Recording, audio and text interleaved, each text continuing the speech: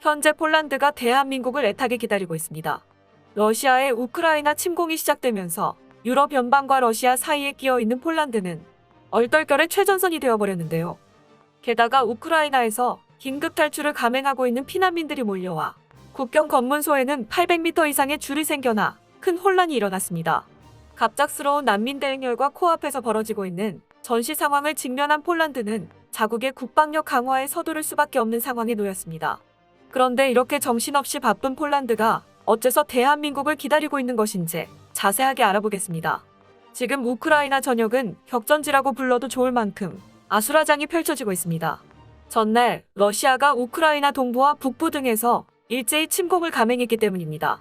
러시아의 주장에 따르면 이 과정에서 키예프 인근 비행장 등 군사시설의 공습이 감행되어 총 83곳의 지상 군사시설이 기능을 잃은 것으로 나타났습니다. 러시아는 인명피해를 최소화하기 위해 비전투 시설에 대한 공격은 없었다고 주장했으나 이날 올렉 야슈코 우크라이나 보건장관은 러시아의 공격으로 인해 57명이 숨지고 169명이 부상을 입었다고 발표했습니다. 키예프에서 북쪽으로 약 100km 떨어진 체르노빌 원자력 발전소 역시 러시아 특수부대에게 점령된 것으로 알려졌습니다. 우크라이나 대통령실은 체르노빌 원전 점령에 대해 러시아군의 공격 앞에서 원전의 안전을 감당할 수 없다며 참담한 의견을 내놓았는데요. 뉴욕타임즈 등 외신의 보도에 따르면 체르노빌 원전을 점령한 러시아 특수부대는 현재 키예프 북부 외곽에 도달한 것으로 나타났습니다. 이에 서방에서는 키예프가 몇 시간도 버티지 못하고 함락될 수 있다는 우려의 목소리가 나오고 있습니다. 서방의 군사 전문가들은 객관적으로 우크라이나 군사력은 러시아군에 크게 뒤처진다며 러시아군이 우세하다고 분석하고 있는데요.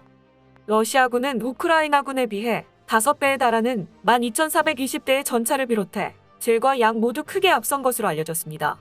개전과 동시에 시작된 공습으로 우크라이나의 방공망이 대부분 제거돼 현재 러시아의 공군을 막을 방도가 없다는 점도 지적됐습니다. 한편 블라디미르 젤렌스키 우크라이나 대통령은 텔레그램을 통해 키예프를 떠나지 않겠다고 선언했는데요. 이날 젤렌스키 대통령은 자국민들을 향한 영상 메시지를 보내며 어떤 국민이든 조국을 방어하고자 나선다면 싸울 수 있도록 무기 소유와 관련한 규제를 모두 없애고 무기를 지급할 것이라 호소했고, 우크라이나군 총사령관 역시 군 통수권자인 대통령에게 침략자에 대한 최대의 피해를 가하라는 명령을 받았다고 밝혔습니다. 하지만 정부의 간곡한 요청에도 불구하고 우크라이나 국민들은 나라를 버리고 하나둘 떠나고 있는데요.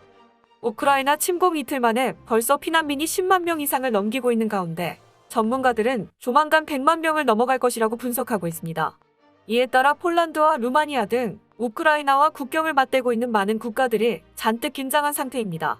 뉴욕타임즈에서는 공식 SNS를 통해 우크라이나에서 폴란드로 향하는 육로가 몇 시간째 정체되고 있는 상황을 보도하기도 했습니다.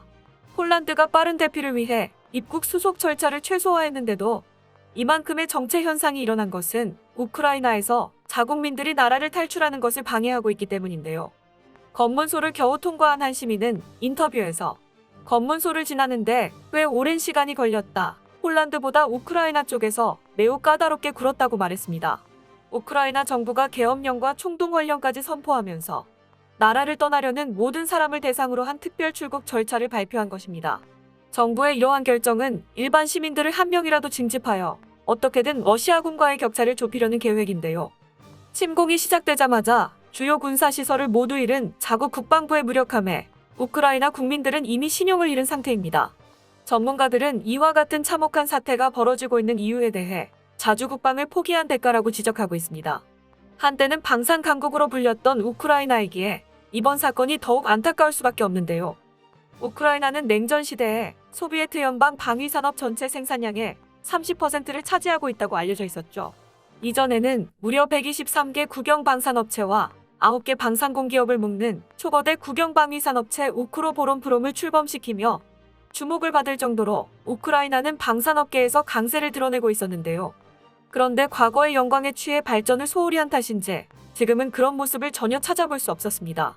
유럽 언론 매체는 우크라이나의 국방력에 대해 구소련제 포로 무장하고 아직도 종이에 계산하는 60년대식 사격 지휘 방식으로 맞섰다고 평가하면서 첨단 전력에 투자하고 있다고 대외적으로 선전해왔던 우크라이나는 어디로 간 것인지 의문을 표하고 있습니다.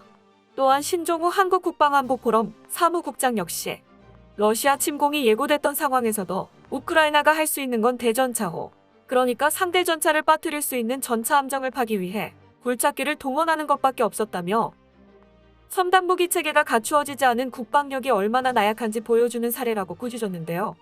현재 전 세계는 우크라이나 사태를 지켜보면서 자국의 국방력 강화가 얼마나 중요한 안건인지 상기하고 있습니다. 이에 따라 일각에서는 이 일을 계기로 대한민국 방산업계가 반사이익을 얻을 것이라는 전망도 나오고 있는데요.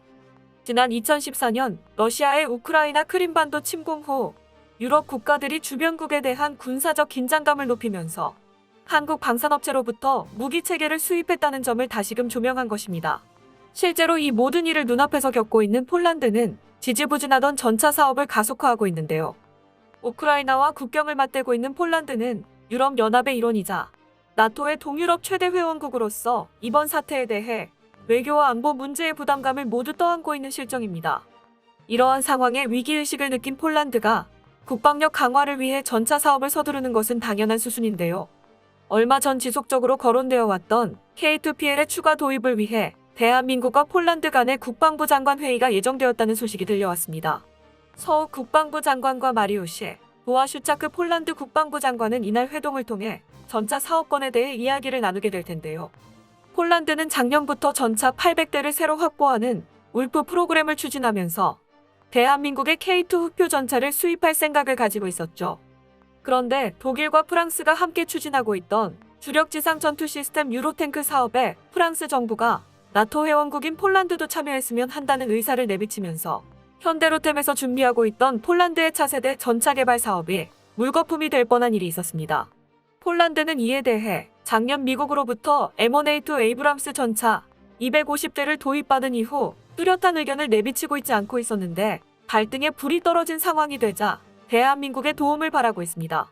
그 이유는 K2PL이 폴란드 육군에서 요구하는 사양에 맞게 개조되어 있기 때문인데요. 폴란드 국방부는 지금 당장 전쟁에 투입될지도 모르는 상황에서 폴란드의 지형과 조건을 고려해서 개조된 K2PL을 최우선적으로 고려하고 있는 것입니다.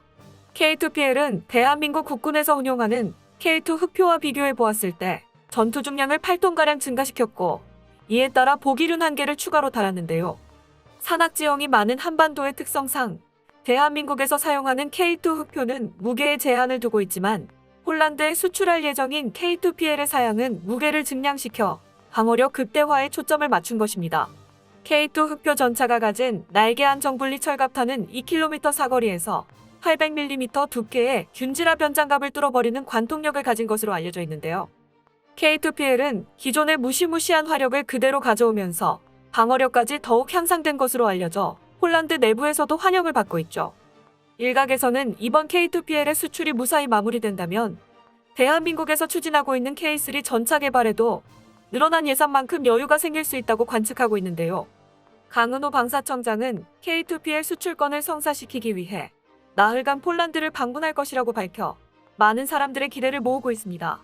지난 2014년에 크림반도 문제와 관련하여 하나디펜스로부터 K9 자주포 120문을 수입했던 폴란드가 또 한 번 대한민국 방산업계에 손을 내밀고 있는데요. 국방력 강화를 바라면서 대한민국을 찾는 나라는 폴란드뿐만이 아니었습니다. 이번 사태로 인한 반사이익은 이제 겨우 시작된 것이라는 전문가들의 분석처럼 전 세계 많은 나라들이 대한민국의 방산업계의 도움을 요청하고 있는 실정인데요. 결국 하나디펜스는 핀란드와 노르웨이, 터키와 폴란드 등 K9 도입국들을 대한민국에 초청하기로 결정했습니다. 방산업계에 따르면 하나디펜스는 K9 사용국 회의라는 이름으로 세계 각국의 중진들을 초청하여 운용 지식과 노하우를 공유하는 자리를 마련한 것으로 드러났는데요. K9 사용국 회의가 열리는 창원은 K9 자주포 이외에도 K2 흑표 전차와 천무다연장 로켓 등이 생산되는 대한민국 방위산업의 성지로 알려져 있죠. 전문가들은 이에 대해 이면적으로는 K9의 운용 지식과 노하우를 공유하는 자리라고 하지만 전쟁에 대비해 국방력 강화에 나선 국가들이 대한민국 방산업계의 메카에 직접 방문한 것이라는 의견을 내놓고 있습니다. 실제로 하나테크윈과 현대로템, 현대위아 등 정부가 지정한 방위사업체가 모두 창원에 몰려있는 만큼 이 회의라는 이름의 기회를 대한민국이 어떻게 활용할지 이목이 쏠리고 있는데요. 이로 인해 대한민국에 대한 세계 각국 간의 관계가 더욱 발전할 수 있기를 바랍니다. 전쟁은 자주 비유되는 불길처럼 언제든 주변으로 확산되기 쉽다는 특성이 가장 무서운 점입니다. 불길을 피하기 위해서는 재해가 일어나기 전에 미리 대비하는 수밖에 없는데요. 폴란드에서 고려하고 있는 K2 전차 사업이나 창원에서 이루어질 세계 각국의 회의를 통해 대한민국의 방위 산업이 전 세계에 긍정적인 영향을 미치기를 바라겠습니다. 전쟁의 종식 소식이 하루빨리 들려오기를 기대하면서 국민들의 안전을 위해 오늘도 힘쓰는 대한민국을 응원합니다. 끝까지 시청해주셔서 감사합니다. 도움이 되셨다면 좋아요를, 다른 이야기도 궁금하시면 구독을 눌러주세요.